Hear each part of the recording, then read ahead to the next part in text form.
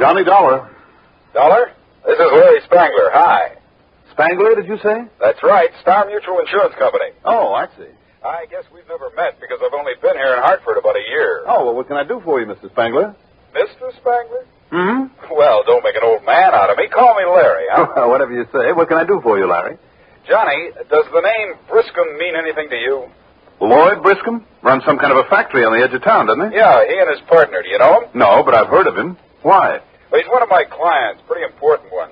I'm on my way out to his place now. I'll be driving right by your apartment. I thought it might be a good idea to have you come along with me. Anything wrong with him? His business partner just called me up on the telephone. Mr. Briscom is dead. Oh, that's too bad. Sure is. You see, his housekeeper found him just a few minutes ago with a bullet in his head.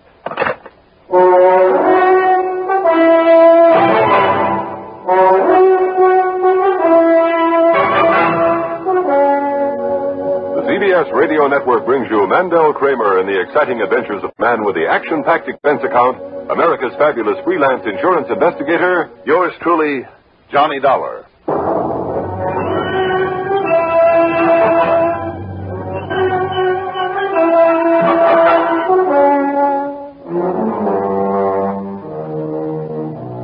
Expense account submitted by Special Investigator Johnny Dollar to the Star Mutual Insurance Company, Home Office, Hartford, Connecticut. Following is an account of expenses incurred during my investigation of the oldest gag matter. Larry Spangler turned out to be one of the new generation of insurance agents with that Madison Avenue touch. You know, charcoal gray suit, white shirt, dark blue tie, well-shined shoes, and he had that freshly scrubbed look, as though he'd just stepped out of a barber shop. He was maybe 25 or 6, good-looking in an almost pretty sort of way, with a well-tanned complexion, plenty of dark curly hair, and above all, that eager expression of the young man who's out to set the world on fire. Yeah, the Briscom place is down on Live Oak Avenue, Johnny. I'm south of here away. You're the driver. I'm certainly glad you were able to come along. Any idea who might have wanted to kill Mr. Briscom and why? Oh, I have plenty of ideas. But why don't we see what the police have to say when we get there? Oh, then you've called them, John Barber, the old man's business partner, called them. Same time as he called me. I see. At least, he said he did. Well, any reason why he shouldn't have? Do you know John Barber? Never heard of him. Well, at least you'll be starting on him fresh then. I mean, no preconceived idea about him. Why do you say that? Don't tell me you suspect him of this. Oh, no. Of course not. No reason at all. It's just that, well, why don't we see just what's happened before jumping to any conclusion? Look, Larry. And see what you think of the others, too. That is, if Barber got a hold of him. What others? Well, there's Trudy, his ward. Trudy? Gertrude Wilson. But there's certainly no reason to suspect her of anything. You try it, Johnny, and you'll have me to answer to. Oh, it's that way, Well, we're real good friends. Mm-hmm. And I know her well enough to know that, well, it'd be ridiculous, that's all. Would it? Sure. And as for Mike, though, well, who am I to judge in a case like this? Let's wait and see what you think. Mike who? Briscom. How's he related? Well, he's the old man's son, or rather adopted son. He lived with Mr. Briscom? No, not with him, Johnny, but certainly off of him. The way I get it, the old man threw him out on his own a few years back, but then apparently relented enough to keep feeding him plenty of good, cold, hard cash to play around with. Wait a minute now. Didn't I see Mike Briscom's name in the papers not too long ago? Yeah, maybe it was just after that big nightclub ruckus at the Purple Jive when a bunch of drunks kind of wrecked the joint. Oh, yeah, I remember now. Yeah, but now wait, Johnny. Nobody actually saw Mike there that night. And just because of his reputation is no proof that he was. I mean, after all, Johnny, why hang the guy unless you're sure he deserves it? Mm-hmm. He's supposed to have been treading the straight and narrow lately, even got himself some kind of a job, I understand. So I really have no reason to... Well, you see for yourself. Tell me, did Briscom have a wife? She died 8 or 10 years ago. Who benefits by his death? Well, if his will comes out the same way as the insurance, Mike gets 1/3 of everything and Trudy gets 2/3. I see. Except for the business, of course. That'll go to his partner, John Barber. Oh, it will? At least that's what Barber told me one day when I tried to sell him some insurance. But surely you don't think... Only what am I sweating over it for? You're the investigator, and it's all just sort of guesswork on my part anyhow. Why should I confuse you? Confuse me? Sure. Oh, Larry, you may have been more help than you realize.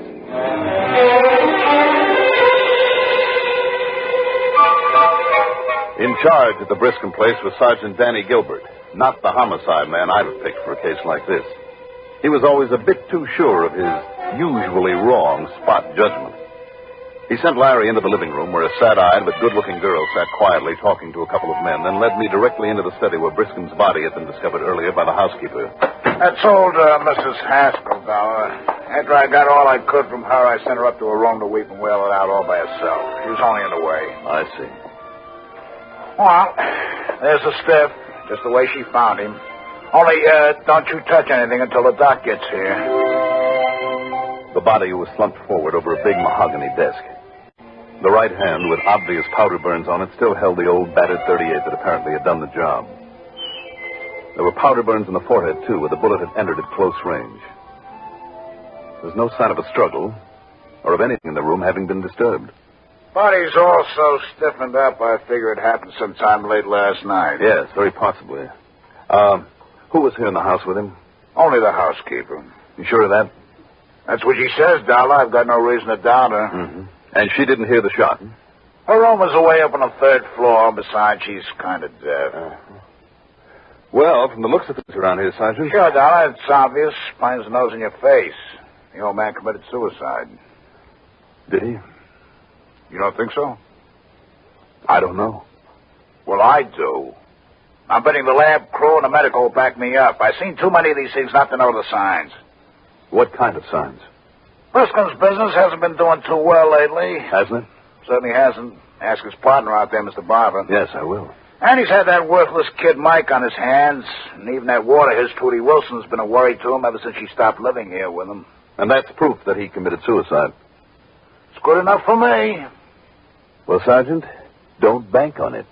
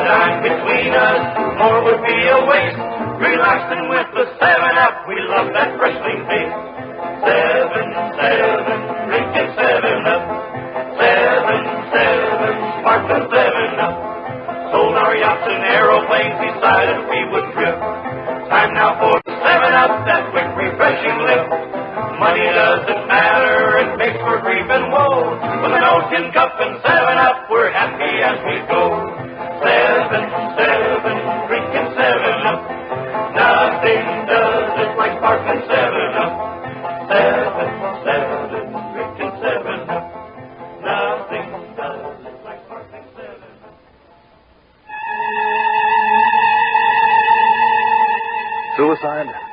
I doubted it, in spite of the fact that it was clearly indicated. But all I had to go on was what Larry Spangler had told me.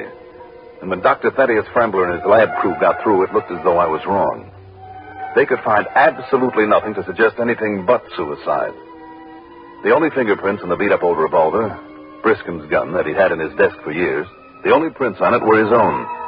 The angle of the shot, its proximity as indicated by the powder burns, the burns on his hand, still holding the gun, all showed that it must have been his finger that pulled the trigger. But maybe with a little help from someone else.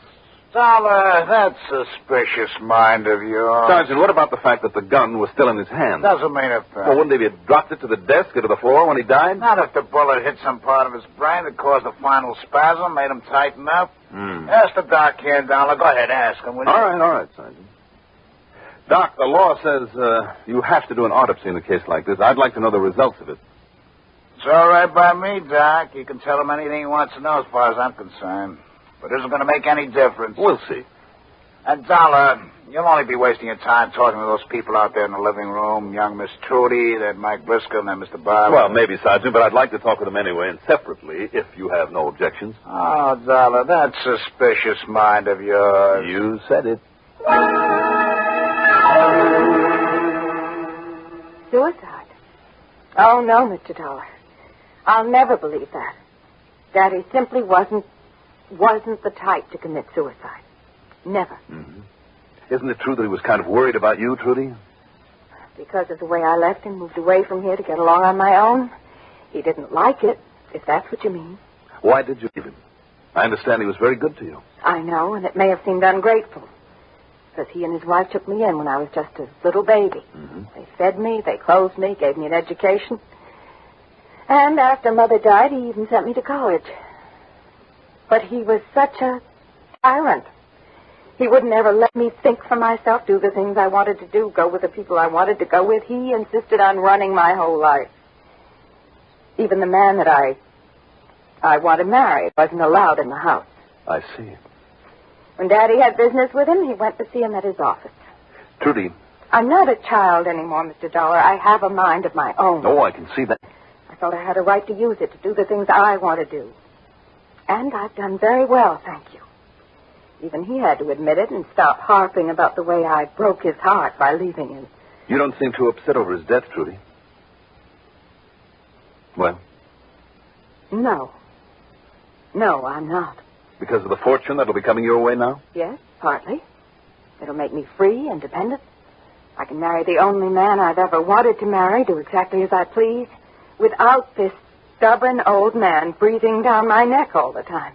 Trudy, you realize, don't you, that if he didn't commit suicide... Of course he did. That a statement like that might point the finger of suspicion at you as a possible murderess?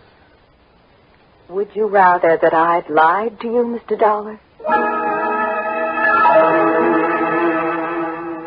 Suicide? A strong-minded, stubborn old codger like Frank Briscom? Never, Mr. Dollar, never. You seem pretty sure of that, Mr. Barber. I have reason to. If you've been in business with him for nearly 10 years, as I have, you'd know it couldn't have been suicide, too. Even the worries about your business? He had no worries about it, not really, Mr. Dollar. Don't you know how much Frank was worth? Nearly $1 million. I mean, of his own. Sure, the business hasn't done very well lately, but that's because of him. What do you mean by that? That stubbornness of his over his out-of-date, old-fashioned methods, his refusal to let me put in new, efficient equipment, inaugurate new procedures that could have made a fortune, that could have put me on easy street, too. Believe me, things will be different now. Now that he's conveniently out of the way and you'll have the business alone? Yes. Yes, that's right, Mr. Dollar.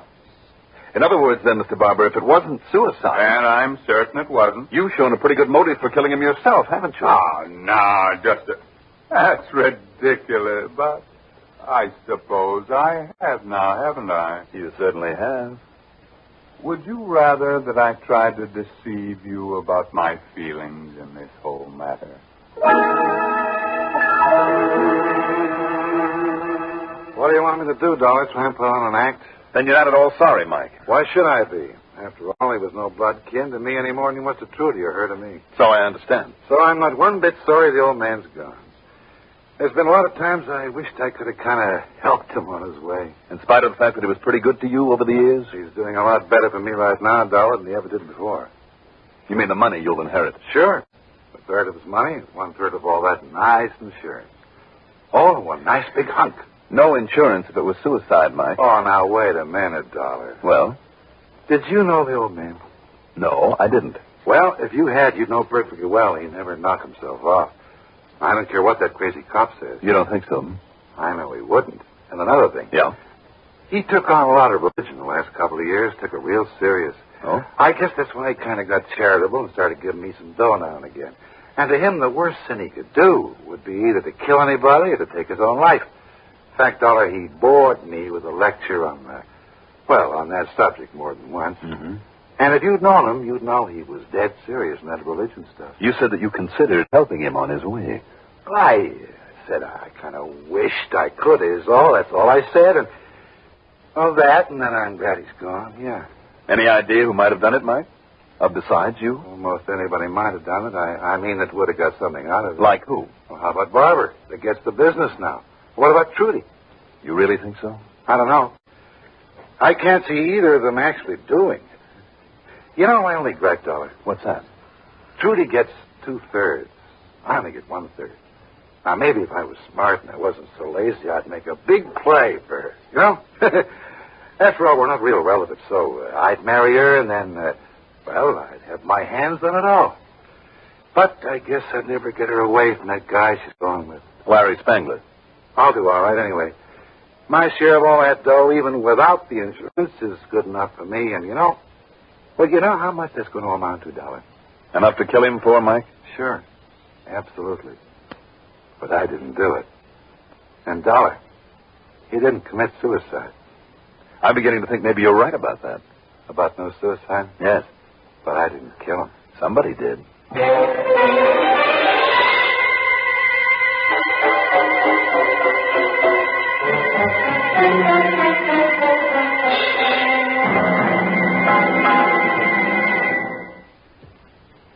If you ever suffer a touch of arthritis or rheumatism and you've never tried Mentholatum Deep Heating Rub, you can't know how good its deep heating action can make you feel. As you massage it into painful areas, you feel its deep heating action. You know relief is on its way. Mentholatum Deep Heating Rub is an extra strong combination of active ingredients for safe, temporary relief of minor arthritic rheumatic pain. Use greaseless, stainless Mentholatum Deep Heating Rub often.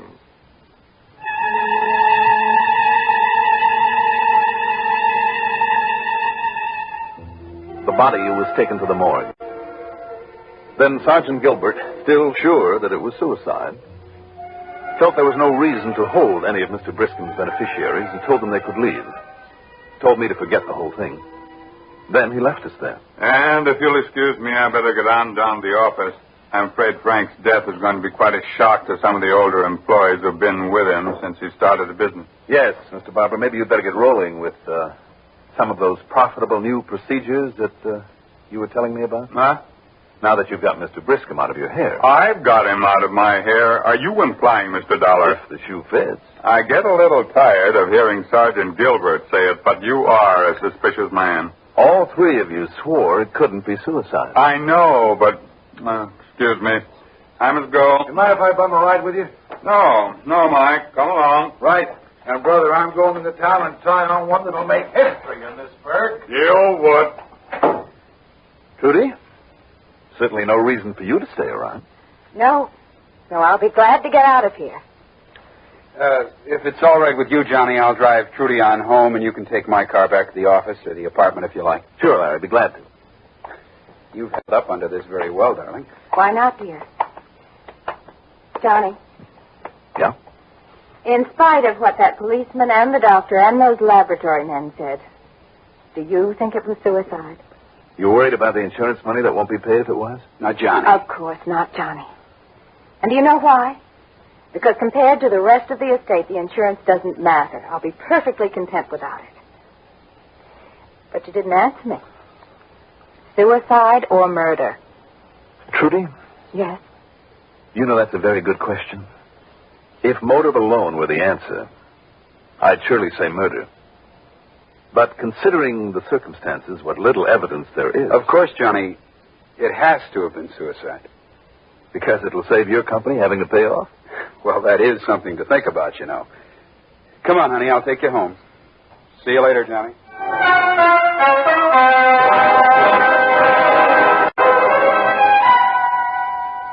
When the lovebirds drove away in Trudy's car, I took off in Larry's. Then I suddenly began to think about the route to his office. Something that he'd said about it earlier. Instead of going there, I drove to the morgue where Dr. Frambler was finishing up his brief autopsy. No, Mr. Dollar, I'm afraid of a suicide, all right. Not even any bruises, anything like that, huh, Doctor? Well, a slight one, yes. Where? On the forehead, at just about the point where the bullet entered. All right, then. But that could easily have been caused when he fell forward on the desk. Maybe, but I'm betting it wasn't. I say that old man was struck on the forehead enough to knock him out. It wouldn't have taken much at his age. Oh, well, I know. Then he was shot in the same spot. So the bullet and the muzzle blast would cover up that bruise. Now, you've got to admit that's possible, Doctor. It's possible, of course, but the police found only his own print on that gun, although it may have been wiped clean quite recently. Sure it was. Easiest thing in the world is to pick up a gun with somebody else's hand, somebody unconscious, and make it pull the trigger, and that's exactly what happened. But who, Mr. Dollar? On the way over here just now, I suddenly realized my apartment was nowhere near the route between his office and the Briscom place, in spite of the fact that he'd said it was. That was just an excuse to pick me up so he could talk to me. What, sir? And that corny, real friendly bit right from the beginning. Call me Larry. Real palsy. Larry? Yes. And all that dope he gave me on the others, that would make any one of them suspect. Why? In case the job hadn't been done well enough, that it might look like the murder it really was? Of course. I'm afraid I don't understand. As for calling me in himself, that's the oldest gag in the world. As a cover-up to take away any possible suspicion from himself. And as for motive, he had all the motive in the world. Mr. Dollar. Look, Doc, if there's no real evidence to pin it on him... Wait a minute. Yes? Maybe if I tear into him, act convincing enough, I can make him think there is.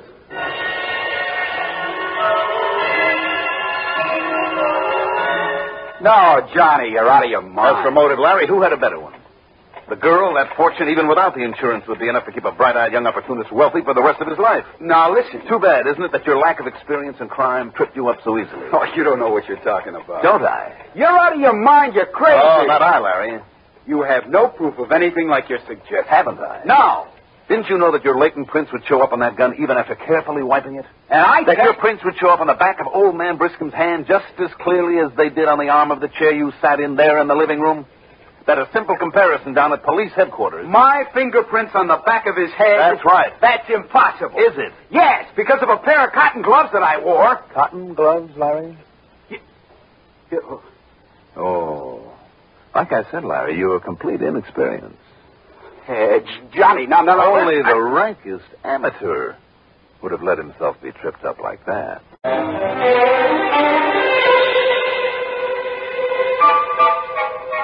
And only the rottenest kind of insurance man would have tried a thing like that. Thank heaven there aren't very many of them. Expense account total? Wait a minute. Of course, there isn't any. And you know what? I'm glad there isn't. This kind I wouldn't want to collect on anyway. Yours truly, Johnny Dollar.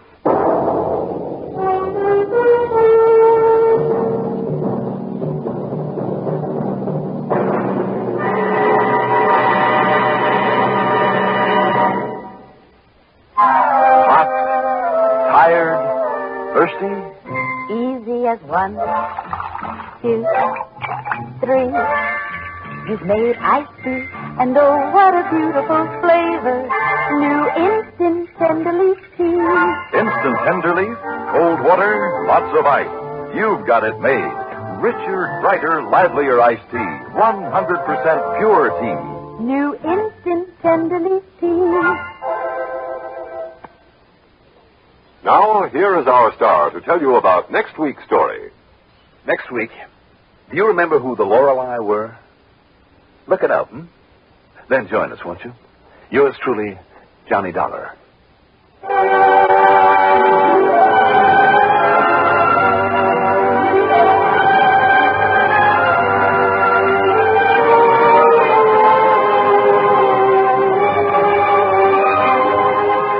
Yours truly, Johnny Dollar, is written by Jack Johnstone, produced and directed by Bruno Zerato, Jr., musical supervision by Ethel Huber.